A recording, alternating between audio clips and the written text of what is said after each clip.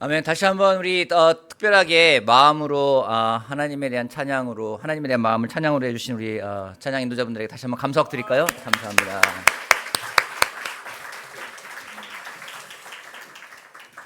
항상 이 찬양을 들으면은 여기서 그냥 끝내고 성찬하고 마무리하자 이 생각 들 때가 있는 것 같습니다.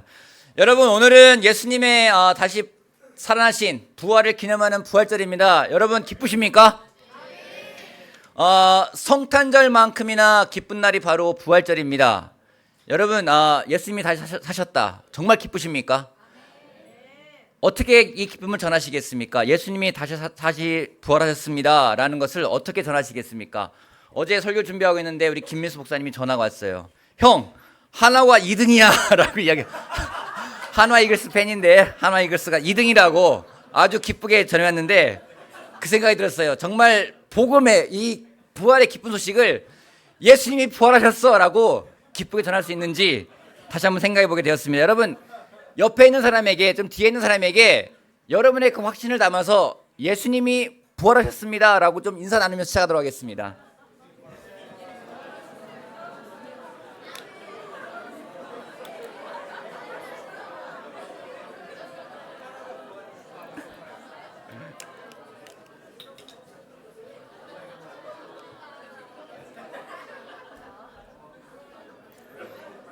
자, 여러분, 부활하셨는데, 예수님 부활하셨는데, 여러분 별로 이렇게, 여러분의 아이가 1등을 했다. 여러분의 아내, 남편이나 여러분의 가족이 뭔가 승진을 했다. 돈을 많이 벌었다. 그러면은 그런 기쁨을 할 것 같지 않아요. 예수님의 부활은 그보다 더 기쁜 건데, 예수님 부활하셨습니다. 이거 아니잖아요, 이거. 그죠? 정말 우리 마음을 다시 한번 담아가지고 예수님의 부활을 기뻐하는 그런 시간이 되었으면 좋겠습니다. 여러분은 예수님이 부활하셨다는 것을 알고 있습니까? 여러분은 예수님 부활하신 것을 믿고 있습니까? 여러분, 아는 것과 믿는 것은 굉장히 큰 차이가 있습니다. 머리로 아는 것은 마음으로 믿는 것만큼 못 따라가는 것 같아요. 차이는 굉장히 큽니다. 부활을 믿으려고 하는데 어려운 이유 중에 한 가지가 무엇인지 자꾸만 머리로 이해하고 그 다음에 거기서 믿음으로 가려고 하는 노력 때문이 아닌가 생각이 되는데, 무엇이든지 우리의 신앙이라는 것은 머리에서 시작할 수 있을지 모르겠지만은 그것이 내 삶이라는 과정을 통해서 내 마음까지 가지 아니하면은 참 힘이 없지 않나 생각을 하게 됩니다. 오늘은 우리가 살아가는 데 있어서 우리 믿음의 가장 중요한 부분이라 말하더라도 과언이 아닌 예수님의 부활의 의미와 더불어서 예수님의 부활을 믿는 사람들은 어떻게 살아가야 될지에 대해서 같이 나누도록 하겠습니다. 그래서 오늘의 설교 제목은 부활을 믿는 사람들이라는 제목으로 말씀을 나누겠습니다. 먼저 고린도전서 15장 말씀을 같이 보도록 할게요. 고린도전서 15장 12절에서 14절까지. 그리스도께서 죽은 사람 가운데서 살아나셨다고 우리가 전파하는데 어찌하여 여러분 가운데 더러는 죽은 사람의 부활이 없다고 말합니까? 죽은 사람의 부활이 없다면 그리스도께서도 살아나지 못하셨을 것입니다. 그리스도께서 살아나지 않으셨다면 우리의 선포도 떼고 우리의 믿음도 헛될 것입니다. 성경은 각 장마다 어떤 별명이 있습니다. 고린도전서 13장은 사랑에 대해 이야기하기 때문에 사랑장이라고 이야기를 합니다. 고린도전서 15장은 부활에 대해 이야기하기 때문에 통상 부활장이라고 불리기도 하는 말씀입니다. 바울은 이 고린도서 15장에서 부활에 대해서 이야기를 하는데 그 부활이 가지고 있는 그 가치가, 우리의 믿음 가운데서 부활이 차지하고 있는 그 비중이 얼마나 큰지를 이야기를 하고 있습니다. 그리스도께서 부활하지 않으셨다면 우리의 선포도 떼고 우리의 믿음도 헛될 거라고 이야기를 하고 있습니다. 예수님의 부활을 우리 믿음에서 제외시킨다면 우리의 믿음은 믿음이 아니라는 말과 똑같은 겁니다. 성경에서 우리가 때로는 많은 부분들을 다 받아들이려고 노력하고 전부 다 받아들이려 하지만은 때로는 성경에서 어떤 부분은 제외하고 싶은 부분이 있어요. 이거는 이성적이지가 않아, 합리적이지가 않아, 이건 타당하지가 않아 라고 제외하고 싶은 부분이 있지만은 그것을 제외해 나가다 보면은 우리의 믿음은 완전해질 수가 없다라는 것입니다. 그러기에 여러분 성경을 공부할 때 정말로 깊이 묵상하고 연구하고 치열하게 공부하는 것도 굉장히 도움이 될 거라서 생각을 합니다. 오늘은 정말 우리가 그토록 믿음의 기반이라 생각하는, 어쩌면 타 종교가 갖고 있지 않은 이 부활이라는 것에 대해서 다시 한번 생각해보고 부활을 믿는 사람은 어떻게 살아갈지를 다시 한번 되돌아보는 그 시간을 갖길 바라겠습니다. 여러분은 부활할 거라 믿습니까? 여러분 언젠가 죽을 거예요. 그죠? 뭐 바라기는 살아생전에 예수님이 다시 오시면 괜찮겠지만은 뭐 그럴지 않을지 모르겠지만 어쨌건 우리는 죽습니다. 성경에 또 이야기합니다. 여러분은 죽을 겁니다. 하지만 다시 부활할 거래요. 박혜진 집사님은 부활할 겁니다. 제가 앞에 하는 사람 제가 많이 하기 때문에. 자, 질문하겠습니다. 어떤 모습으로 부활하시기를 원하십니까? 좀 괜찮은 모습을. 여러분 부활한 여러분의 모습을 생각할 때 우리 김세현 형제는 어떤 모습으로 지금 만족하니까 이대로 그냥 부활하면 좋을 것 같아요? 번데기로 부활하고 싶어요? 나비가 되고 싶은 모양입니다. 우리가 부활할 텐데 우리가 부활한 몸이 어떤 모습일까? 우리의 모습은 어떨지 예수님이 부활하신 모습을 통해서 우리가 배울 수 있다고 생각을 합니다. 예수님이 부활하셨기 때문에 우리도 예수님과 똑같은 그런 방법으로 똑같은 몸으로 부활할 거라고 저는 생각을 해요. 예수님의 부활하신 몸을 보면은요, 두 가지가 있습니다. 하나는 살아 생전에 가지고 계셨던 것이 계속해서 연속적으로 되어간 연속성이 있는 부분이 있고, 또 한 가지는 살아 생전에는 전혀 없었던 새로운 기능이라고 할까요? 새로운 능력이 추가된 비연속적인 부분이 있습니다. 연속적인 부분은 어떤 것인지, 그분이 다시 부활하신 다음에 그의 부활을 의심하는 도마에게 보여주신 게 있어요. 내 손의 못자국을 보아라. 내 옆구리의 창자국을 보아라. 예수님이 부활하셨지만은 손에 있는 못자국이라든가 몸에 있는 창자국이 완전히 싹 완치된 상태가 아니었어요. 그 흔적이 그대로 남아 있습니다. 이게 예수님 부활한 몸의 연속성이라는 겁니다. 창자국과 못자국, 왜 그건 남아 있었을까요? 왜 남아 있었을까요? 그냥 깨끗하게 다 완치되면 좋잖아요. 그것은 예수님의 정체성을 나타내는 부분이기 때문입니다. 예수님이 어떤 분인지, 예수님이 어떠한 일을 하셨는지, 그것이 하나님을 얼마나 영광스럽게 하였는지, 그것은 부활하신 예수님에게도 계속 남아있는 부분이었습니다. 우리 역시 우리의 가장 영광스럽고 아름답고 행복했으며 하나님을 영광스럽게 했던 그 때의 모습은 우리의 부활한 모습에도 나타날 거라고 저는 생각을 합니다. 어떤 것들이요?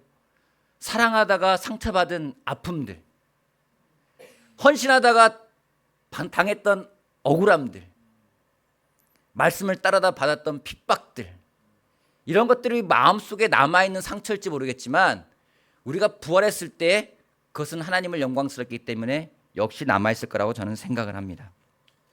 반면에 새롭게 되어진 모습들이 있습니다. 성경에서 그 모습을 나타내는 부분이 하나 있는데 요한복음 20장 19절 말씀을 보도록 하겠습니다. 그날 곧 주간의 첫날 저녁에 제자들은 유대 사람들이 무서워서 문을 모두 닫아 걸고 있었다. 그때 예수께서 와서 그들 가운데로 들어서셔서 너희에게 평화가 있기를 하고 인사말을 하셨다. 제자들이 저녁에 모여 있는데 모두가 두려웠습니다. 무서웠습니다. 그러기에 성경은 그 모습을 표현하는 것이 문을 모두 닫아 걸었다라고 이야기를 합니다. 모든 창문이며 뭐 문이며 모든 걸 다 닫아놓은 거예요. 근데 예수님이 그 닫힌 문을 뚫고 쫙 나타나시는 거예요. 그리고 샬롬 하고 인사를 하는 겁니다. 예수님의 몸이 변했어요. 어떻게 해요? 시간적인, 공간적인, 육체적인 한계를 갖고 살았던 그 예수님의 몸이 부활했을 때는 그 시간과 공간을 초월하는 몸이 되었다라는 겁니다. 동시에 여러 사람이 나타날 정도로 정말 시간과 공간을 초월하는 몸이 되었다라는 겁니다. 여러분, 저는 기대합니다. 제가 부활했을 때 몸이 그러한 몸이 됐을 거예요. 막 벽을 뚫고 나오는 거예요. 시간을 초월합니다. 공간을 초월합니다. 제가 제 아내랑도 시간을 보내고 제 딸아이랑 시간도 보내고 동시에 둘이 시간을 보내는 거예요. 다른 장소에서. 얼마나 놀랍습니까? 더 놀란 게 뭔지 아십니까? 그동안은 제약이 있어서 봐야 되는데 보지 못하는 눈이 어두워져 있던 모습들, 들어야 될 것을 듣지 못했던 귀가 어두워져 있던 모습들이 정말로 다 눈이 보이고 듣게 되어서 하나님의 영광스러운 모습을 볼 수 있게 될 거예요. 하나님의 그 음성을 내 귀로 낱낱이 들을 수 있을 겁니다. 여러분 얼마나 기대가 되십니까? 내 눈으로 하나님을 보는 거예요. 내 귀로 하나님의 음성을 직접 듣는 거예요. 여러분 그것만큼 감격스러운 일이 있을까요? 이게 부활이 주는 몸에 새로운 기능이라고 저는 생각을 합니다. 이런 부활을 믿는 사람들의 삶은 굉장히 달리 살아갈 수밖에 없습니다. 반면에 부활이 무슨 부활이야 라고 살아가는 사람도 있습니다. 예수님 당시에도 열심히 교회에서 헌신하는 것 같았고 사람들에게 리더로서 역할도 하는 사람들이었지만은 부활이라는 것에 대해 믿지 않았던 사람들이 있습니다. 그들이 누군지 사두개인이라는 사람들입니다. 사두개파라고도 하죠. 이 사람들은 부활을 믿지 않았어요. 그래서 예수님이 부활에 대해서 이 말씀할 때 예수님을 곤란하게 하려고 질문을 합니다. 우리가 잘 아는 내용이기도 한데요. 마태복음 22장 23절부터 28절까지 보도록 하겠습니다. 23절. 같은 날 사두개파 사람들이 예수께 와서 부활이 없다고 주장하면서 예수께 말하였다. 선생님, 모세가 말하기를 어떤 사람이 자식이 없이 죽으면 그 동생이 형수에게 장가를 들어서 그 후사를 세워 주어야 한다고 하였습니다. 그런데 우리 이웃에 7 형제가 있었습니다. 마지가 장가를 들었다가 자식이 없이 죽음으로 아내를 그의 동생에게 남겨놓았습니다. 둘째도 셋째도 그렇게 해서 7이 다 그렇게 하기에 이르렀습니다. 맨 나중에는 그 여자도 죽었습니다. 그러니 부활 때에 그 여자는 누구의 아내가 되겠습니까? 7이 모두 그 여자를 아내로 맞아들이니 말입니다. 굉장히 그 당시에 모세율법 가운데 있었던 내용 중을 말로써 이야기하는 부분이에요. 뭐 형수 취소원이라고 이야기를 하는 부분이기도 하는데요. 뭐 그런 거죠. 뭐 굳이 예를 들면은 부활했을 때 이 7명 중에 어느 사람의 아내가 되는 것이냐라는 거예요. 비유를 들자면 제가 먼저 죽었어요. 제 아내가 재혼했습니다. 근데 나중에 다 죽었어요. 우리 셋 다 부활했어요. 우리 아내는 누구의 아내가 돼야 되는 겁니까? 뭐 이런 거예요. 더 와닿습니까? 확 와닿죠. 예. 이게 정말 그런 일이 벌어진다면은 이거 되게 난감한 문제입니다. 그죠? 부활한다는 예수님에 대해서 무슨 부활이냐, 예수님을 굉장히 곤란하게 만들려고 질문하는 부분이에요. 근데 예수님이 이들에게 대답을 하십니다. 굉장히 단호하고 직접적으로 대답을 하십니다. 29절. 예수께서 그들에게 대답하셨다. 너희는 성경도 모르고 하나님의 능력도 모르기 때문에 잘못 생각하고 있다. 부활 때에는 사람들은 장가도 가지 않고 시집도 가지 않고 하늘에 있는 천사들과 같다. 너희는 부활이 뭔지 모른다라고 분명하게 이야기하고 있는 거예요. 부활이 뭔지 모르기 때문에 부활에 믿지 못한다고 이야기를 하고 있는 겁니다. 여러분 부활하면은요 장가도 안 간대요. 시집도 안 간대요. 억울하신 분 계십니까? 천사와 같대요. 도대체 뭐예요? 성별이 없는 거예요? 중성이에요? 양성이에요? 여러분 그런 게 아닙니다. 부활한 몸은 장가와 시집, 어쩌면은 우리 육체가 느끼는, 인간이 느끼는 욕구를 완전히 새롭게 재편된다는 걸 말하는 거예요. 부활한 사람의 몸은 이전에 사람들이 세상에 살아가던 그 질서와 다른 질서를 살아가는 게 부활한 사람의 몸이라는 겁니다. 이전에 내가 육체로 느꼈던 그 욕망들이 부활한 몸에서는 아주 없어지고 다른 질서 속에 사는 것이 부활한 몸이라는 겁니다. 장가를 간다, 시집을 간다, 굉장히 관계가 엮이는 부분입니다. 하지만 그렇지 않고 천사들과 같이 된다? 여러분 천사 역할이 뭐예요? 천사 역할. 하나님 찬양하고 하나님 앞에 있고 우리가 그와 같은 역할을 한다는 겁니다. 그게 부활한 사람의 몸이라는 거예요. 세상의 방식이 아니라 이제는 하나님의 방식을 살아가는 게 부활한 사람의 그런 모습이라는 것을 예수님은 말하고 합니다. 사도계파 사람들은 부활을 믿지 않았습니다. 이들의 삶은 어땠을까요? 성경학자들의 말에 의하면, 또 역사학자들의 말에 의하면은 이 사람들은 굉장히 뭔가 지식적인 걸 추구한 사람들이었습니다. 헬레니즘에 대해서 굉장히 선호하고 선봉하는 사람들이었습니다. 신봉하는 사람들이었습니다. 그들은 항상 권력의 중심에 있기를 원했기 때문에 권력자 주변에 있었어요. 또 그들은 성전에서 어떤 리더 역할을 했습니다. 성전을 중심으로 역할을 했던 사람들이에요. 바리새파는 어떤 사람들에게 들어가서 회당을 중심으로 했다면은 이들은 성전, 얼마나 거룩합니까? 예루살렘 성전. 그걸 중심으로 역할을 했습니다. 시대의 흐름에 굉장히 민감하게 반응을 해요. 자신의 이익만을 추구하는 사람입니다. 하나님을 믿는다고 이야기를 해요. 모세의 오경을 믿는다고 이야기를 합니다. 하지만 이들은요, 하나님의 섭리나 하나님의 계획은 믿질 않습니다. 모든 것이 우연이라고 생각을 하는 사람들이었어요. 하나님은 저 우주 멀리 계시기 때문에 우리가 살아가는 이 삶에는 관심이 없다고 생각하기 때문에, 그렇게 믿었기 때문에 이들은 오로지 현실에 있는 돈이나 권력을 숭배하고 또 자신들의 공동체만이 특별하기 때문에 남들을 철저하게 배격하는 사람이었습니다. 입으로는 율법을 전하고 율법을 외치며 믿음이 있는 것 같지만 그들의 삶은 그 누구에도 영향력을 미치지 못했습니다. 하나님의 법을 따르는 것 같지만 세상의 법을 더 좋아하는 사람들이 사두개파 사람들이었어요. 여러분, 이들의 마지막이 어땠는지 아십니까? 마지막. 이들의 주 무대가 성전이었었어요. 그 성전이 로마에서 AD 한 70년경에 파괴가 됩니다. 성전이 없어지니까 이들은 다 해외로 뿔뿔이 흩어져요. 먹고 살기 위해서. 그게 이들의 마지막이었다는 겁니다. 부활을 믿지 못하니 더 이상 있을 곳이 없는 거예요. 자기 눈에 보이는 게 중요한 겁니다. 그것을 찾아 떠난 것이 사두개파 사람들이었습니다. 하지만 우리가 하나님의 법을 따른다, 우리가 부활을 믿는다 했을 때에 어떻게 살아가야 될지에 대해서 예수님이 아주 정확하게 명확하게 설명해 놓으신 부분이 성경에 나옵니다. 마태복음 28장 말씀 보도록 할게요. 이게 사두개파 사람들, 이쪽에 있는 사람들 되게 화려하죠? 되게 멋지게 취장하고 있죠? 휘황찬란하게. 이 사람 사두개파 사람들입니다. 마태복음 28장 5절부터 7절까지.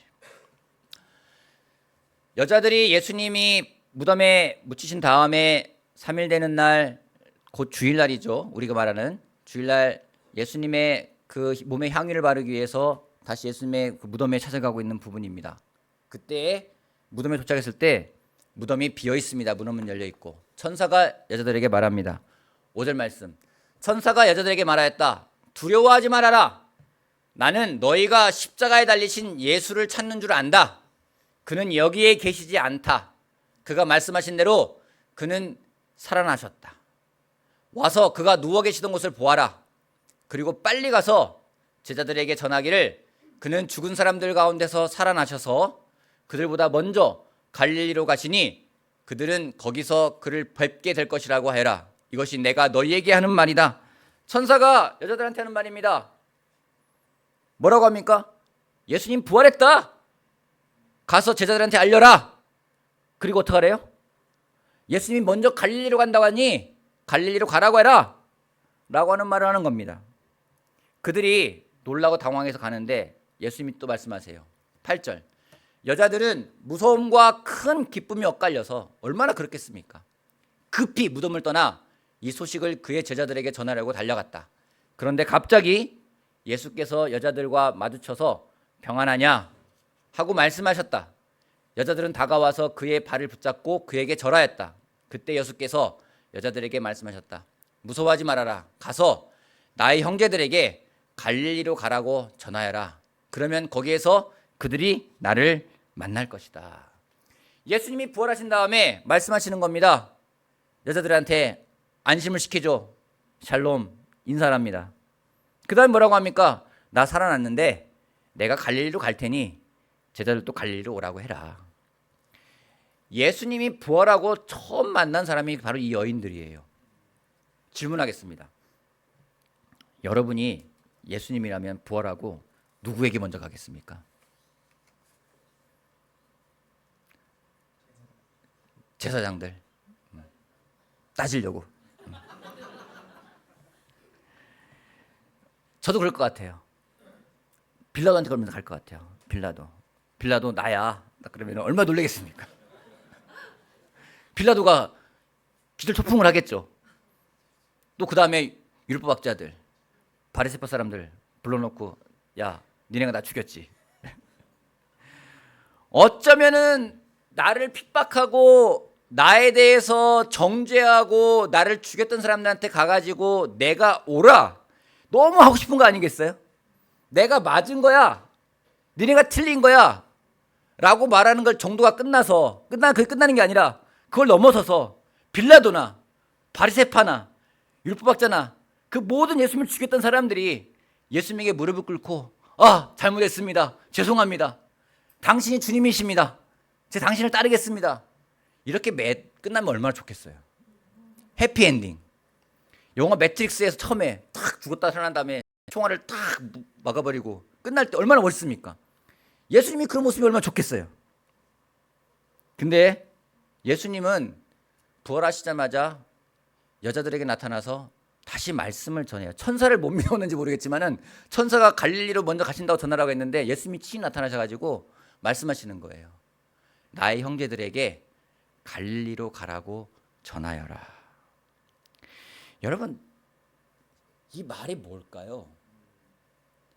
예수님이 부활하시고 다른 많은 말을 할 수 있었는데 예수님이 부활하신 다음에 하신 말씀이 무엇인지, 나는 갈릴리로 갈 테니 나의 제자들도 갈릴리로 오라고 하라고 말씀하시는 거예요. 여러분, 갈릴리가 어디입니까? 갈릴리가 무엇을 했던 곳입니까? 갈릴리는 예수님이 그 공생애를 시작했던 곳이에요. 공생애의 결말이 뭐예요? 십자가에 처형당해 죽는 거였어요. 그러면 갈릴리가 아니라 좀 예루살렘에 시작할 수 있을까 않을까요? 좀 딴 데로 갈 수 있지 않을까요? 유대 광야로 갈 수 있을 거 아니겠습니까? 근데 예수님은 다시 굳이 갈릴리로 가시겠다고 말하며 제자들한테 갈릴리로 오라고 이야기를 하세요. 제자들의 상태요, 두렵습니다, 무섭습니다, 절망감에 빠져 있습니다, 더 이상 희망이 없어 보입니다, 불안합니다. 그런 제자들한테 예수님이 부활하신 예수님 주신 말씀이 야, 니네 용기를 내가 아니라 갈릴리로 다시 오라고 하시는 말씀이 예수님이 부활하신 다음에 주시는 메시지였어요. 부활하신 예수님 뭘 하셨습니까? 막 로마 군대를 물리쳤습니까? 아니에요. 여전히 제자들한테 말씀을 가르치시고요. 하신 일이 뭐예요? 빵 굽는 거, 생선 굽는 거, 같이 먹는 거.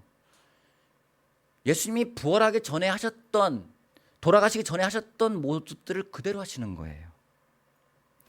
멋진 기적을 일으켜서 사람들한테 좀 더 믿을 수 있게 하면 좋을 텐데 예수님은 그러지 않았어요.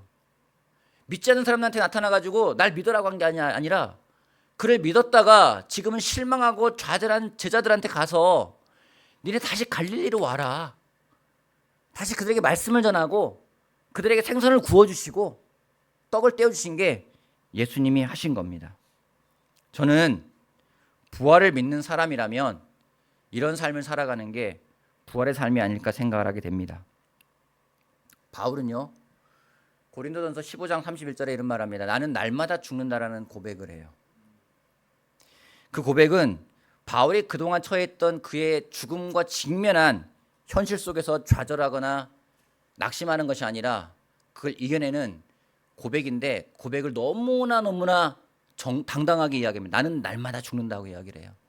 왜 그 고백을 할 수 있을까요? 그것은 그 이면에는 나는 날마다 죽기 때문에 나는 날마다 부활한다는 말이 담겨 있다고 저는 확신을 합니다. 여러분, 우리가 부활을 믿는다면요, 우리의 삶이 이뤄야 된다고 저는 확신을 합니다. 세상은 매일매일 우리를 죽입니다. 실망하게 만들고요, 좌절하게 만들고요, 이거 도대체 해서 뭐하나 하는 생각에 포기할까 만드는 것이 세상입니다.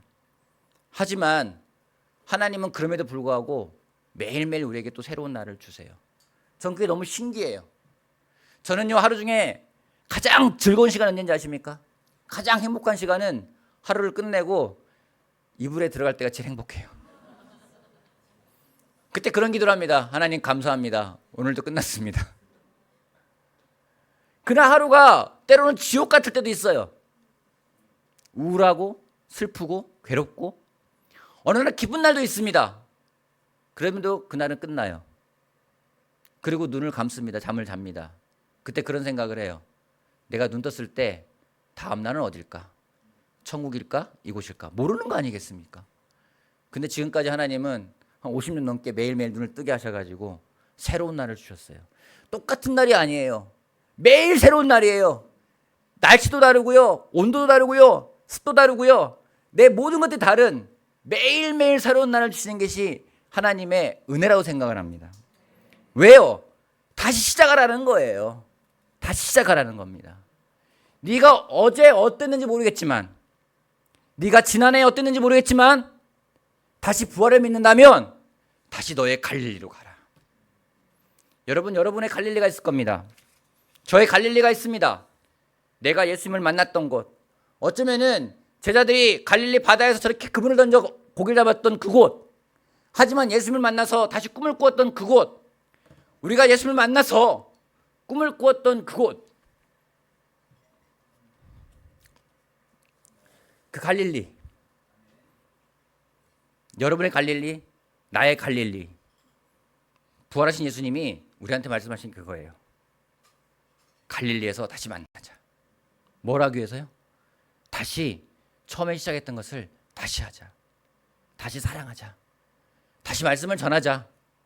다시 내 이웃을 내 몸처럼 사랑하자.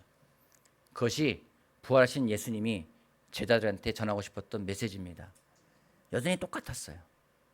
부활하신 다음이나 부활하시기 전이나 예수님이 하신 건 똑같았습니다. 여러분 부활을 믿으십니까? 여러분이 부활할 거라고 믿습니까? 여러분은 사실 매일매일 부활을 경험하고 있는 사람들입니다. 그렇지 않습니까? 뭐 육체적으로 잘 때 죽을 것 같지 않습니까? 하지만 다음날 일어나지 않습니까? 부활을 경험하는 사람들이에요. 하나님은 여러분들에게 또 새로운 날을 주십니다. 지금 상황은 어떤지 모르겠지만 하나님은 다시금 기회를 주시는 거예요. 제가 너무 감사한 게 뭔지 아십니까? 하나님이 기회를 계속 주신다라는 거예요. 오늘이라는 시간도 하나님이 기회를 주신 거예요. 다시 갈릴리로 가자고요. 오늘 부활절을 맞이해서 예수님을 만났던 그 갈릴리, 그것을 다시 가는 여러분 한 명 한 명이 되길 바라겠습니다. 우리가 그 갈릴리에서 예수님과 시작했던 그 미션을, 그 사명을, 그 사랑을 다시 한번 시작한다면 그것이 진정 부활을 믿는 사람들의 삶이 아닐까 저는 확신을 합니다. 부활절을 맞이하여서 날마다 새롭게 부활하며 갈릴리에서 예수님을 만나는 여러분들이 되길 바라면서 말씀 마치겠습니다. 기도하겠습니다. 하나님,